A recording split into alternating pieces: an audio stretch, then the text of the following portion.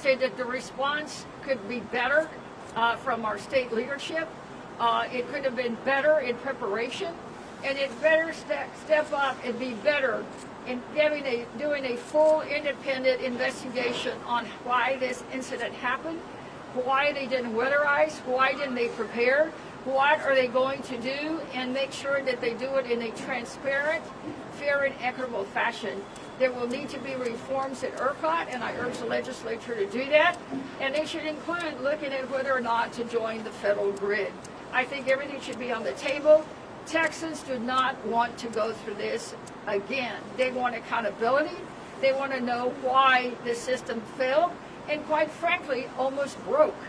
So I think that Sheila and I and others will be working with our colleagues in Austin to make sure that gets done. We do not need to go through this again.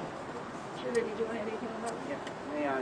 I think, first of all, Sylvia, Congresswoman, my sister, and I want to make sure I say it in Spanish.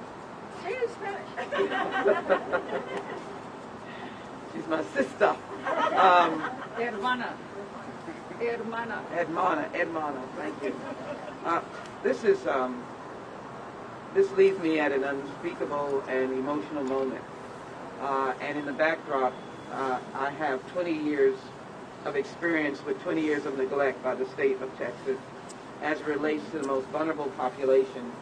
Congresswoman Garcia and myself had areas, maybe the entire areas of our district, a lot of vulnerable people, a lot of essential workers, a lot of marginal people, a lot of documented and undocumented, but they are our residents, they are our brothers and sisters.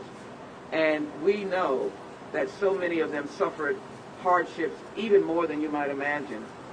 We were getting calls from children, adult children, whose parents lived in older homes left behind, that were trying to get them out of the freezing conditions because they thought they might die during the night.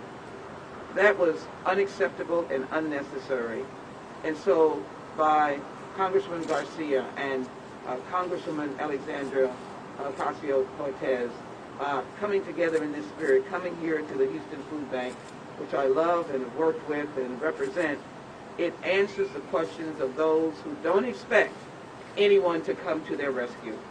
Don't expect that someone says, I care. Don't expect to feed a single parent with 5 children who is the only breadwinner. This is why this is so emotional and so moving. I am supporting well checks right now because we really don't know. This is a big city, and we've been without power. We don't know who is still in their home and possibly who didn't make it. By giving to elder care, the food bank, it is a lifeline for so many of our constituents who never, Hurricane Harvey, it goes, you try to get back on your feet. But a freeze, no one can comprehend that. And so we are excited about the dollars. Thank you, Brian Green, because we know that what happens here is a blind justice. It doesn't matter who you are, people know to come to the food bank, and they know to come to food pantries.